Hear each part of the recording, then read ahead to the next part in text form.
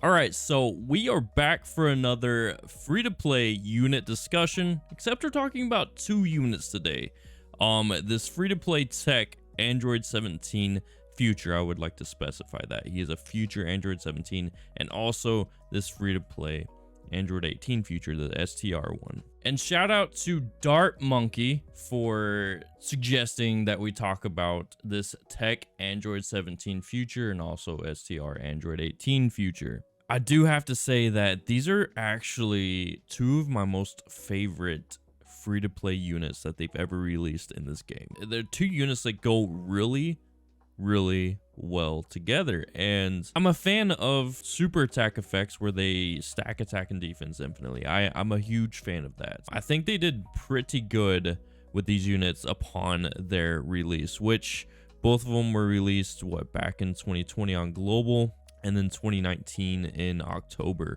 And before we get into their kits and discuss how good they were back then with their kits and everything like that, I do want to point out that they did release before the Gods of Destruction event right here, which is one of the harder events to release after the long event meta. The Legendary Goku event was released around the time that these guys released. The Legendary Goku event is a longer event. It's an event where you have to stack attack and defense. Well, you don't have to, but it was preferred to bring units that stacked attack and or defense on their super attack, because it was a longer event and it was nice to have units to be able to do that in this type of event.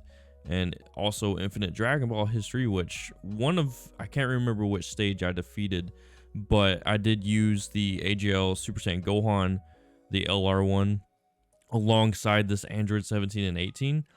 So I was able to use his transformation pretty easily, and they were also stacking attack and defense in one of the stages I easily defeated because of those 2 free-to-play androids. And then of course, after the Legendary Goku event, they created the GT edition, and then eventually the Vegeta event. Now, I would say March 2022 on global, and then October 2021 on JP. Sorry, I got that mixed up. I was thinking like 22nd of March. No. And then the Legendary Vegeta event released 3rd of January 2022 on global, and 30th of July 2021 on JP.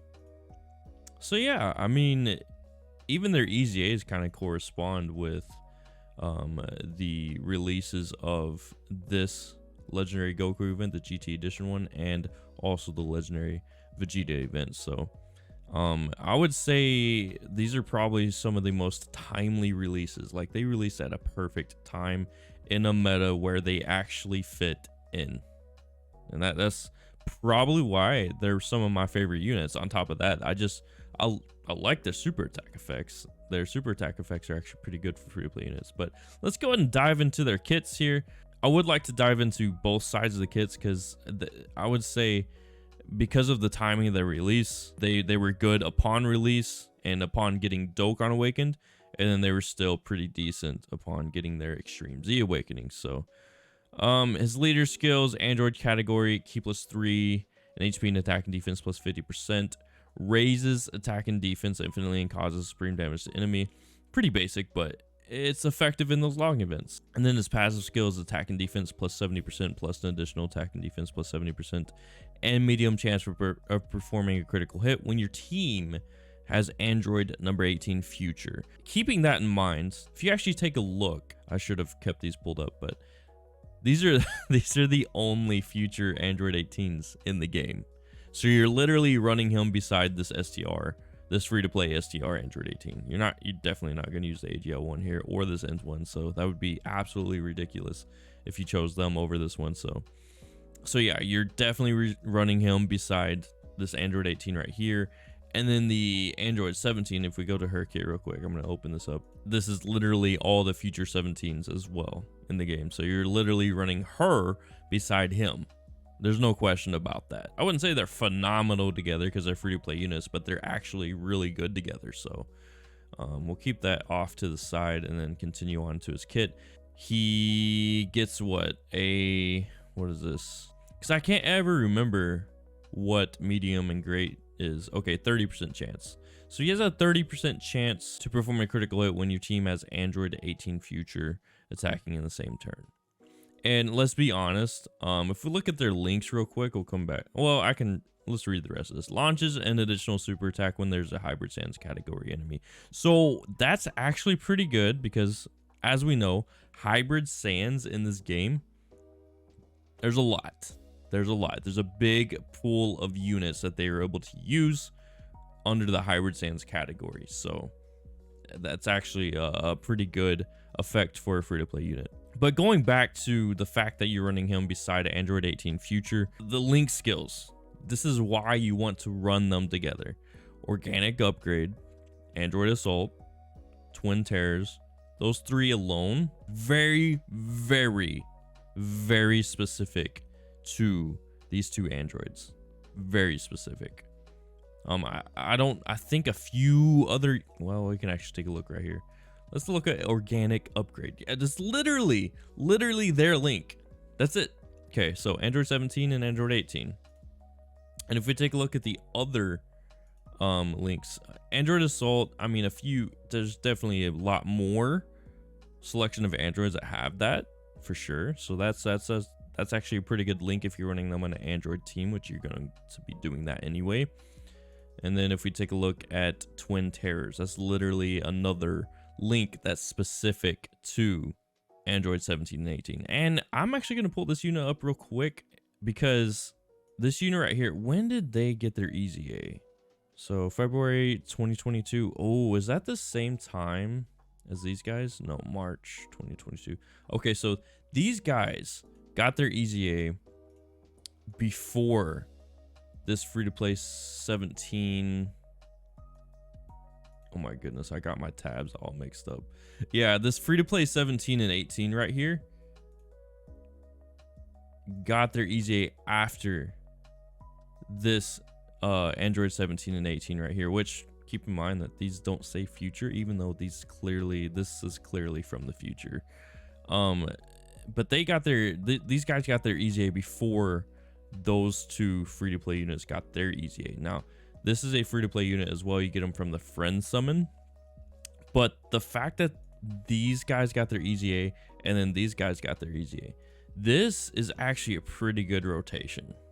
Because if you look at the link skills, you got Twin Terrors, Nightmare, Fear and Fade, Shocking Speed, and Legendary Powers exclusive to LRs. The Innocence and Infinite Energy, I believe. Let's see here. Brutal Beatdown, Nightmare, Dismal Future. Maybe these aren't Android 17 and 18 from the future. It looks like they are. I think they are. They just don't. Anyway, that's besides the point. That's not important. So they do share quite a few links together. And after their EZA, after these guys' EZA, they're actually pretty good. They raise attack and defense for one turn. But I don't want to get too much into their kit, but I just wanted to point out that these guys are actually pretty good to run alongside this free-to-play 17 and this free-to-play Android 18. So let's go ahead and look at the categories these two free-to-play units are on. This guy's on Future Saga, Androids, Sibling Bond, Androids / Cell Saga, and Worldwide Chaos, which that should be the same categories as her, except she's on, oh, hold on. Okay, so 1, 2, 3, 4, 5, and then she's on 1, 2, 3, 4, 5, 6. Okay, so the only other category that she has over the 17 is Peppy Gals. So, but the link skills, I believe, are the same, except she has Battlefield Diva, and he has Nightmare in place of that. So that is an unfortunate thing. I feel like they should have done all 7 links with these two units so they can be even more deadly together. It wouldn't have made like a huge difference, but well, if you take a look at Nightmare, if they both had Nightmare, it's just attack, so it's not a huge difference. But I feel like having, especially for free-to-play units, having all 7 links activated, that's just going to help them even more. Since they are free-to-play units and they're not going to be used for absolutely everything, so they're not going to be making or breaking the game, to say the least. This free-to-play Android 17 Future is really good even before his EZA. For the timing of his release, obviously he wouldn't hold up in today's meta, but for the timing of his release, he was very good, at least for the Dokkan Awakening. The release of his Dokkan Awakening, he was a very good unit for quite some time during that long event meta. So if we move on to her kit right here, she also raises attack and defense infinitely, causes supreme damage to enemy. It's a pretty much mirror image. Attack and defense plus 70%, plus an additional attack and defense plus 70%, and medium chance of evading enemy's attack, including super attack when your team has Android 17 future attacking in the same turn, and then launches an additional super attack when there's a hybrid sans category enemy. And of course the same link set besides Battlefield Diva. So that's why they run really well together, and why you want to keep them on the same rotation together. You always want to, if you're running these two units, you want to keep them on the same rotation together, for sure. And that is like, and they're really good together on that rotation, so just keep that in mind. But yeah, but if we look at their Extreme Z Awakened kits, they greatly raise attack and then raise defense infinitely. So they're greatly raising attack infinitely. That's good. That's really good. I believe hers is the same. Yeah. And then he's raising attack or it has attack and defense plus 100% at start of turn, plus an additional attack plus 17% for each key sphere obtained. This effect right here, this passive skill effect, can be useful, especially since he's greatly raising attack infinitely. Keep that in mind. Plus an additional attack and defense plus 70% and medium chance of performing a critical hit when your team has Android 18 future attacking in the same turn. So that didn't change. That did not change. Launches an additional super attack when there is a hybrid sans or Earthlings category enemy. Now that makes it a little bit better because they did add one more category, but as we know, the Earthlings category is actually a pretty small one. You're just not going to go against a lot of Earthlings in this game. So, but nonetheless, it does help to have a little bit more options to run this Android 17 future and also Android 18. Although infinite Dragon Ball history. So I would say these two units, this Android 17 and 18, would be very good in infinite Dragon Ball history certain stages. And that's why I use them on one of the stages to get me through it with ease, because of this right here. Because launching an additional super attack, having that guaranteed effect with those two, facing those two categories, yeah, that's a lot of synergy between, them with them greatly raising attack infinitely and raising defense infinitely. So, and then her kit is basically a mirror image, but there's a few minor differences, like plus an additional attack and defense plus 18%. Whoa, hold up. So he only gets attack. This 18 gets attack and defense per rainbow key sphere obtained. So that's an issue actually that I feel like I almost like his better because you can get any key sphere. With her, you have to get rainbow key spheres, and she's not changing key spheres to rainbow. She's not an orb changer.